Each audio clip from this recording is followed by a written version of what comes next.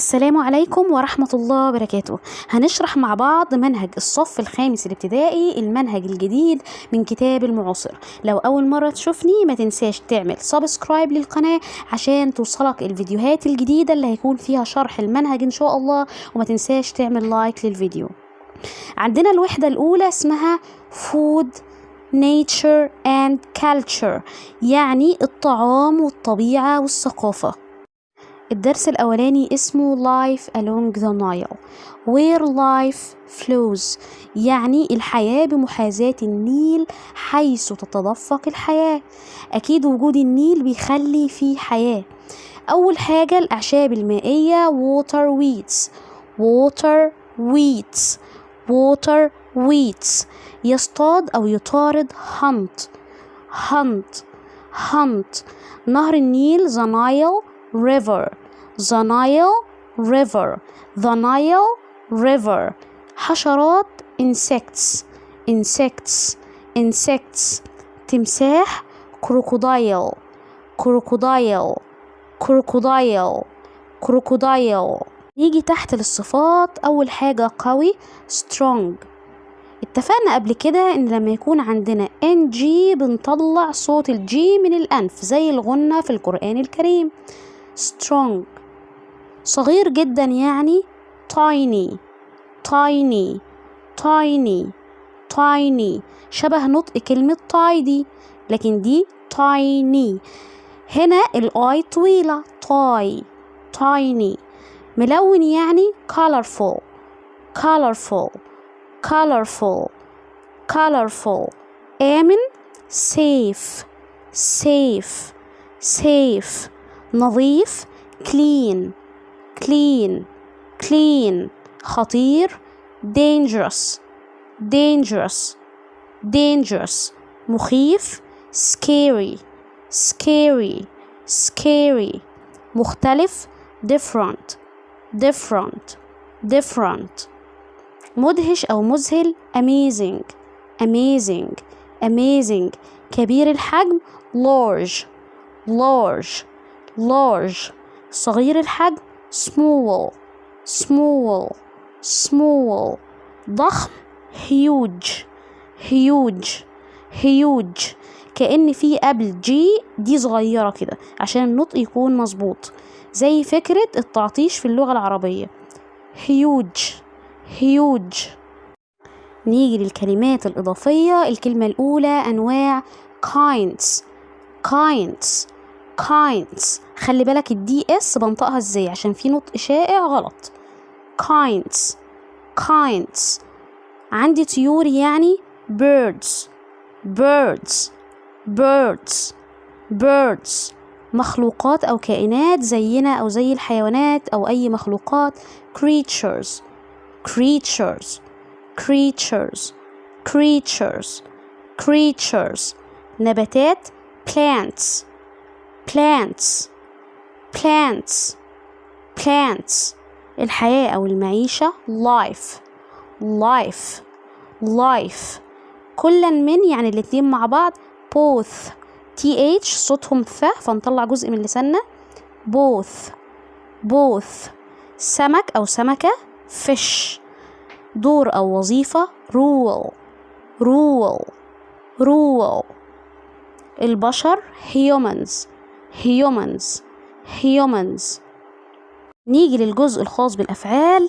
عندي أفعال منتظمة وأفعال شاذة. الأفعال المنتظمة هي الأفعال اللي بتوافق إن أنا أحط لها إيدي، أما الأفعال الشاذة هي الأفعال اللي أنا بحفظها زي ما هي. الفعل الأولاني يكمل complete، completed، complete، completed، complete، completed. يسمى أو يدعى cool، cooled، cool، cooled.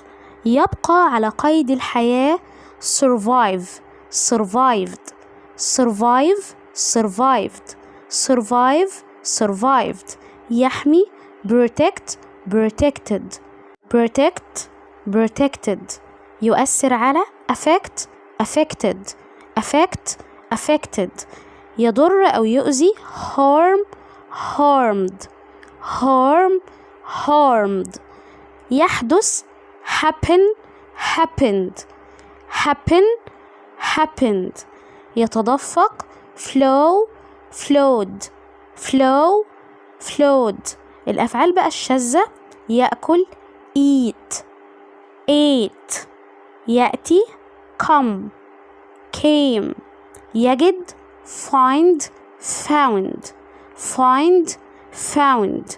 يحافظ على keep kept keep kept. يعرف know. الكي هنا silent الماضي بتاعها knew knew. نيجي هنا لتعبيرات وحروف جر هامة. حول العالم around the world around the world around the world. موطن لي home to home to. هذا مثير للاهتمام that's interesting that's interesting. يقوم بدور هام play an important role play an important role. لذلك that's why ليس تماما not really. بالقرب من النهر near the river. أنواع من kinds of ينظر إلى look at. ملوك النيل kings of the Nile. على امتداد النيل along the Nile. يشبه look like. ماذا عن what about؟ لو قلناها بسرعة what about. نبدأ بالجمل، وده الجزء المهم قوي اللي مفروض نهتم بيه عشان بيعرفني ان انا ازاي اوظف الكلمة. ولو وظفت الكلمة حطيتها في جملة يعني ان شاء الله بإذن الله عمري ما هنساها. الجملة الاولى بتقولي دخلي fish و colorful في جملة. بيقولي هنا the small fish in the Nile river are so colorful. يعني السمك الصغير في نهر النيل يكون ملون جدا. فين جدا دي؟ اللي هي so دي معناها جدا، جاية هنا عشان تقوي لي الصفة اللي هي colorful. فلما اقول so colorful يعني ملون جدا. الجملة التانية بيقول لي دخل لي eat water weeds في جملة. the small fish eat water weeds. السمك الصغير بياكل الأعشاب البحرية. birds و insects. birds eat small fish. الطيور هتاكل السمك الصغير. insects الحشرات. and even plants near the river. وحتى النباتات القريبة من النهر. even هنا معناها حتى. الجملة الرابعة fish و tiny. big fish eat smaller fish. السمك الكبير هياكل السمك الأصغر. insects and the tiny creatures in the water.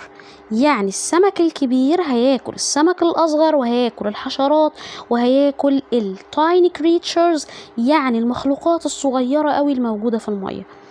الجملة الخامسة crocodiles و kings. crocodiles are the kings of the Nile. يعني التماسيح هم ملوك النيل لأن هم أكبر حاجة في النيل.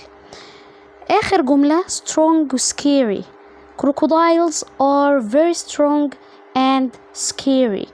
التماسيح تكون قوية جدا ومخيفة. very هنا برضو معناها جدا يعني بتقوي الصفة. هنا كويز صغير يختبر مدى فهمي.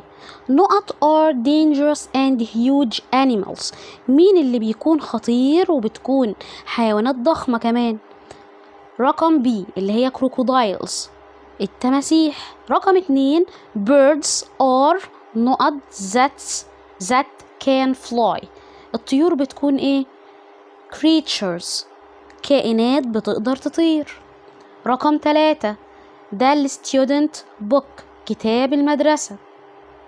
small fish in the river eat water weeds. اتفقنا ان السمك الصغير بياكل الأعشاب اللي بتكون في المية. رقم 4 I like wearing نقط clothes. بحب ألبس ايه؟ I like different colors. أنا بحب الألوان المختلفة، يبقى أكيد بحب ألبس لبس ملون colorful clothes. بفهم الجملة فأعرف ايه الحاجة اللي أنا هختارها. رقم 5 different animals should find their food too. الحيوانات المختلفة يجب إن هي تلاقي أكلها. لكي to هنا معناها لكي، ليه تلاقي أكل؟ to survive، عشان تفضل على قيد الحياة وما تموتش. يبقى أنا كده بدور على الكلمة اللي تخليلي معنى الكلام صح ومعنى الجملة صح. عشان كده طبعا حفظ الكلمات مهم جدا. لو أنا مش فاهم معنى الكلمة أو معنى الجملة مش هعرف حل. هنا بيقولي where life flows، حيث تتدفق الحياة. ده نص الاستماع اللي عندي. أحمد and ليلى are talking about life in the Nile River. أحمد وليلى بيتكلموا عن الحياة في نهر النيل. أول حاجة أحمد بيقول إيه؟ Look at the small fish in the Nile River. They are so colorful. بصي كده يا ليلى للأسماك الصغيرة في نهر النيل، إنها ملونة. قالت إيه ليلى بقى؟ Yes, do you know that small fish eat plants in the water? These are called water weeds. أيوة، انت تعرف بقى ان السمك الصغير ده بياكل النباتات الموجودة في المية، والنباتات اللي في المية دي اسمها الأعشاب المائية water weeds. أحمد قال لها ايه بقى؟ That's interesting. ده بقى مثير للاهتمام قوي. What about birds؟ ماذا عن الطيور؟ What do they eat؟ بياكلوا ايه بقى؟ هنا عندي do فعل مساعد اللي جاية بعد what، وبعدين عندي اللي هو eat اللي في الآخر دي جاية في المصدر. لازم do يكون بعدها فعل في المصدر في المضارع بدون إضافات. ليلى قالت له ايه بقى في الجملة الأخيرة اللي في الصورة دي؟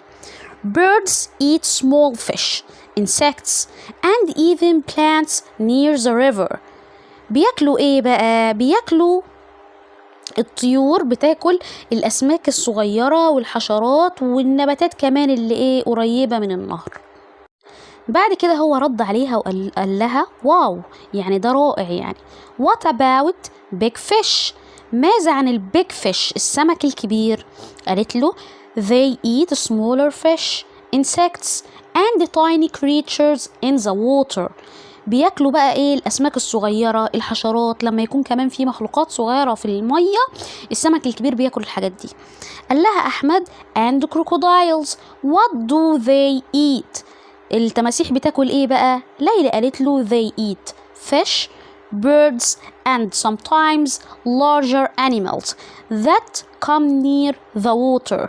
التماسيح هتاكل الاسماك والطيور.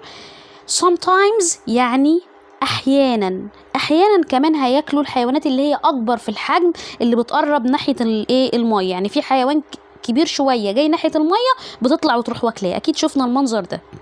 احمد رد عليها وقال لها huge crocodiles are scary. do any animals hunt them؟ بيقول لها التماسيح الضخمه دي بتكون ايه؟ مخيفه. هل اي حيوان تاني بيصطادها؟ بيقدر يصطادها يعني؟ راحت قالت له ايه؟ not really، ليس تماما. they are the kings of the Nile. لا دول بقى اقوى حاجه في النيل، فما فيش حد قادر عليهم بقى في النيل. it's amazing how all animals in the river find food to survive. بيقول لها ازاي كل الحيوانات دي بتلاقي اكلها وطعامها في الميه عشان تفضل ان هي عايشه ما تموتش. فالحاجة دي مدهشة، يعني من المدهش ان كل الحيوانات دي بتلاقي اكلها. قالت له each animal plays an important role. كل حيوان اكيد ليه دور مهم. that's why we must protect the river. عشان كده لازم نحمي النهر بتاعنا. كده نكون خلصنا شرح الدرس الأولاني في الوحدة الأولى. لو عندك أي سؤال سيبه في التعليقات، ونتقابل إن شاء الله المرة الجاية في حل أسئلة الدرس ده. والسلام عليكم ورحمة الله وبركاته.